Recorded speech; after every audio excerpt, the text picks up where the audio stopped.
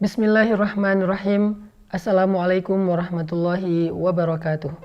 Islam adalah agama yang menjadikan kita sebagai rahmatan lil alamin. Rahmatan di sini artinya kebaikan, kasih sayang, manfaat. Makanya Nabi SAW mengatakan, khairun nas anfa'uhum linnas. Manusia yang paling baik, yang paling banyak manfaatnya untuk orang lain. Dan ternyata kebermanfaatan seorang muslim tidak hanya terbatas kepada sesama manusia, tetapi juga kepada alam, kepada hewan, kepada pohon, kepada batu, kepada tanah, kepada air. Dan Nabi mengajarkan kita tentang bagaimana menjadi rahmah lil alamin, menjadi kebaikan bagi alam semesta. Seperti ketika Nabi mengajarkan kita untuk menghemat air dan tidak mengotorinya, walaupun kita berada di sungai yang mengalir. Begitu juga Nabi melarang kita menebang pohon, di mana pohon itu dibutuhkan bukan oleh kita saja, tetapi oleh orang lain, oleh hewan ternak, dan pastinya dibutuhkan juga oleh tanah. Maka Nabi SAW bersabda, siapa yang menebang pohon bidara di tengah padang pasir, maka Allah Subhanahu wa Ta'ala akan menuangkan air panas ke kepalanya di antara air-air panas neraka.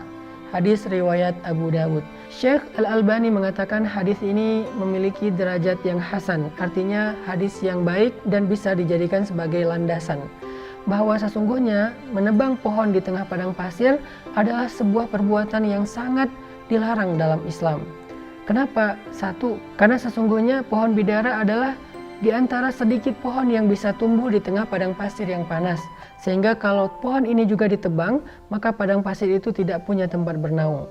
Yang kedua, dengan menebang pohon bidara ini berarti seseorang itu zalim kepada para musafir yang biasanya mencari tempat bernaung setelah mereka lelah melakukan perjalanan. Dan yang ketiga, dengan menebang pohon bidara berarti orang tersebut telah zalim kepada hewan ternak. Nabi SAW mungkin hanya membatasi dua mudarat yang muncul ketika seseorang menebang pohon, yaitu mengganggu hewan ternak dan juga menghilangkan kemudahan bagi para musafir. Tetapi sebetulnya alasan-alasan yang lain tetap bisa diterima. Kenapa menebang pohon ini banyak mudaratnya, sehingga Allah Subhanahu wa Ta'ala marah kepada orang yang menebang pohon secara zalim. Karena dulu ada banyak cerita ketika terjadi perang antar suku di antara orang-orang Hijaz atau kabilah Arab, maka cara mereka untuk memutuskan kebaikan terhadap suatu kaum, suatu suku adalah yang pertama adalah mereka akan menimbun sumber air atau sumur atau saluran air, dan yang kedua mereka akan menebang pohon-pohon yang ada di oasis. Ini adalah kemungkaran, ini adalah sesuatu kejahatan dan kezaliman, makanya muncul hadis seperti ini. Hari ini mungkin kita menebang pohon ataupun menyumbat saluran air bukan karena peperangan, tetapi karena mencari keuntungan dunia. Maka itu semuanya sama saja.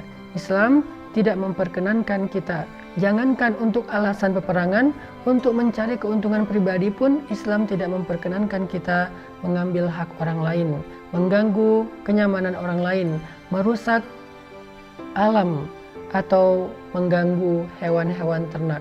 Maka dari itu, yuk kita jadikan diri kita sebagai muslim di bulan Ramadan ini sebagai muslim yang bukan hanya baik dalam ibadah mahdhahnya, baik dalam puasanya, baik dalam tarawihnya, tetapi juga dia baik terhadap alam semesta, rahmatan lil alamin. Itulah alasan kenapa Allah menciptakan kita, wasta'marakum fiha, karena Allah menyuruh kalian untuk memakmurkan bumi tersebut.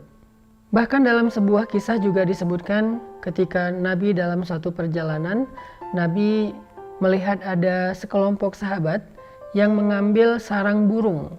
Karena mereka berhenti di sebuah oasis, kemudian sekelompok sahabat ini melihat ada burung yang hinggap di dahan pohon, lalu mereka mengambil sarang burung, dan Nabi SAW kemudian menasihati mereka agar mengembalikan sarang burung itu ke atas pohon, dan Nabi SAW menasihati mereka agar mengembalikan sarang burung itu ke dahan pohon, dan Nabi melarang kaum muslimin untuk mengganggu hewan.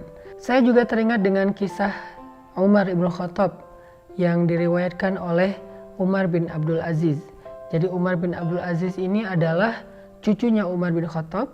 Suatu ketika Umar bin Abdul Aziz bertemu Umar bin Khattab di dalam mimpi.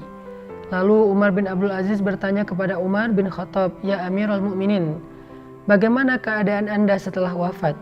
Umar bin Khattab mengatakan, "Kalau bukan rahmat Allah, maka saya sudah celaka." Kemudian Umar bin Abdul Aziz bertanya, "Bukankah engkau seorang ahli ibadah?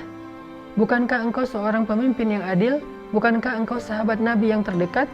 Bukankah engkau seorang yang pembela agama berjihad? Bukankah engkau seorang ahli ibadah? Bukankah engkau seorang pemimpin yang adil?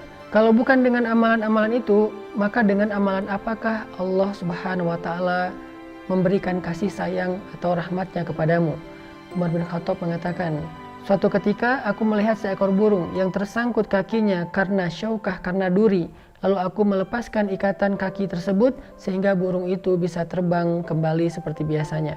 Maka sesungguhnya Allah Subhanahu wa Ta'ala berkenan dengan apa yang aku lakukan, sehingga Allah memberikan aku rahmatnya dan membebaskan aku dari api neraka." Ini salah satu di antara pentingnya menjadi rahmatan lil alamin. Irham man fil ard yarhamuka man fis sama. Berkasih sayanglah di bumi, maka engkau disayangi yang di langit. Barakallahu fikum.